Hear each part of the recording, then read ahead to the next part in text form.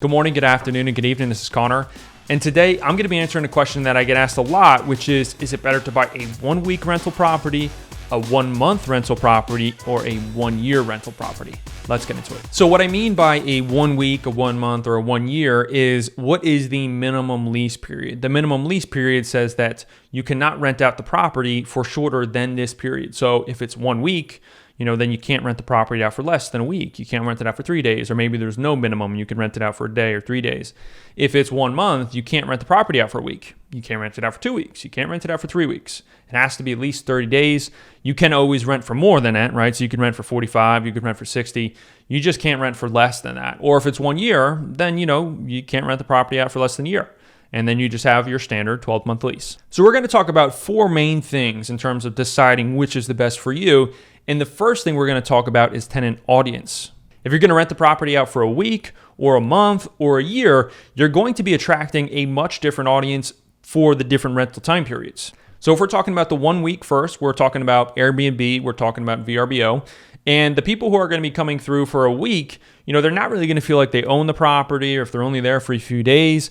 And they're probably not going to take care of it as much as if it was their own property than maybe someone who's in the 1 month standpoint, who's going to feel a little bit more ownership and most likely is going to take care of it a little bit more, and this is a generalization, but maybe the 1 week people are just in vacation, or maybe it's some sort of party or a birthday or something like that. And so they're going to be having fun. And the 1 month, they're coming for vacation and they're looking to relax. And maybe it's a little bit of an older couple. And so those are kind of some general differences between the two. And that affects how well they take care of your property and the use and tear on it. Then if we look at the 1 year lease, you're going to have people who are obviously going to have a much greater feeling of ownership. And so you're going to be attracting people who are moving into the area and they just aren't familiar with the area enough, and so they're looking to rent maybe before they buy, or they can't buy yet, or they just prefer renting. So those people, I would say, are generally going to take better care of the property, but I would kind of lump them with the 1 month or the 3 month people.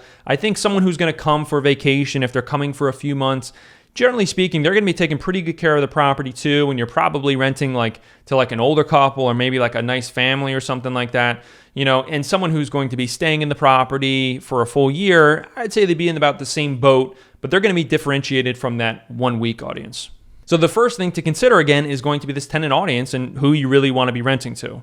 And that leads us into the second thing, which is going to be, do you want this to be another job for you? And is that something you can actually take on? Or does this need to be something that's completely passive for you and maybe more of a long-term plan? And so obviously, if you're looking at the 1 week again, it's going to be more of a job. There's going to be more turnover. There's more cleaning ladies that need to come in. There's going to be more things that break, more wear and tear, more coordination, more answering questions, more fixing toilets than you're going to have in the 1 month. And then you're going to have in the 3 month and then the 12 month. So that's also something to consider. And then when you bring in the property management, because the 1 week is going to be more work, they're going to charge more, versus a 1 month or a 3 month, and then versus a 12-month lease. So the longer the period, generally speaking, they're going to be charging less. So it's going to cost less for you to go ahead and operate it. And it's going to be less of a headache because there's not someone coming in every month. There's someone who's there the whole year, or there's someone, who's there for the whole month versus someone who's there for 3 days and then 5 days and then a week and then 2 weeks. There's a lot more to that. Now, the third part to it in terms of comparing the three is going to be a full rental analysis. And you're going to want to find someone who is a recommended rental or property management company in the area who has similar properties that they're actively managing. So they're not speculating as much as far as, what the numbers are going to be. They have real concrete examples for that. Now, the 1 week's not all bad because from a income standpoint, you should be able to get more money by renting it more often. On average, people are going to pay more per night for shorter periods of time, and they're going to get a little bit of a discount for paying for longer periods, like 1 month or 3 months or 6 months or a year. So while you might be paying more on the property management side and spending more time on it, which also costs money, you are going to be making more money. So the question is that based on the three of what it can bring in, what the property management is going to cost, how much time it's going to take, how much time you have, or how much you're willing to give to a property manager, which one makes the most sense for you. The fourth thing you're going to want to consider is HOA and restrictions. So if we're talking about the 1 week property, we're probably talking about a condo or a townhome or something like that. And there's probably going to be an HOA, most likely. And so those are going to be some guidelines, some restrictions that you're going to have to follow and you're going to have to adhere to when you rent out the property. So that can cause a headache at times. The other thing with HOAs, you're going to have common amenities in the community, like a roof or a pool, for example. And those things are going to have to be budgeted for and replaced when it's time to replace them, or if there's a leak or needs repair. And the thing with HOAs and stuff is, how well are they putting aside money for those repairs? And if they don't put enough money away, well, then when it comes down to it, you're going to have to pay an assessment, like a special assessment.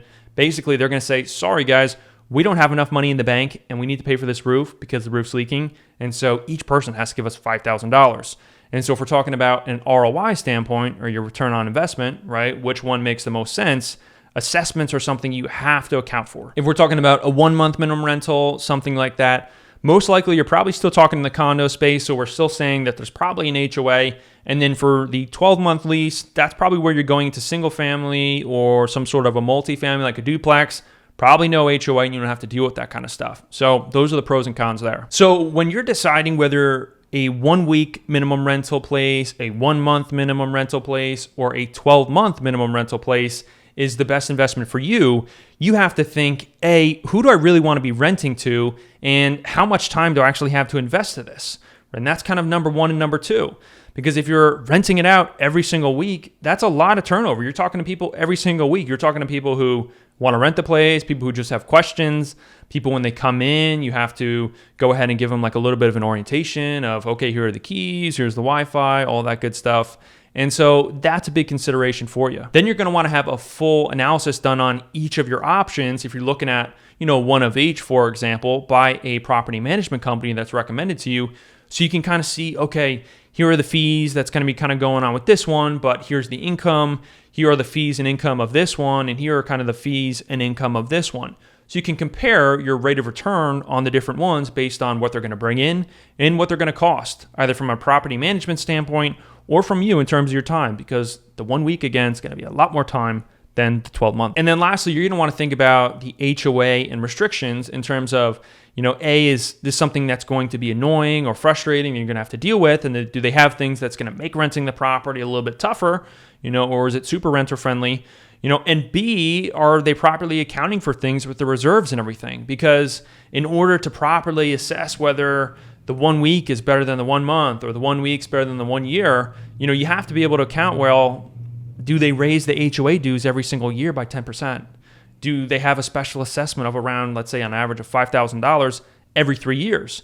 If so, you have to account for that or you're really not getting the proper return on investment. So that was a mouthful. So if you have any questions, feel free to drop a comment below and I'll be sure to answer them. If you have one or maybe a few properties you're trying to analyze and compare, feel free to message them to me and I'm happy to give you my opinion on them. And if you liked this video or you found it helpful, go ahead and give it a like. And then lastly, if you like real estate, if you want to learn more about investing or more on the buying side or the selling side or just keep up to date in the market, feel free to check out my YouTube channel where I make more videos just like this that are super easy to understand and nice and straightforward. That's it for me today. So until next time, this is Conor Green. Have a great day.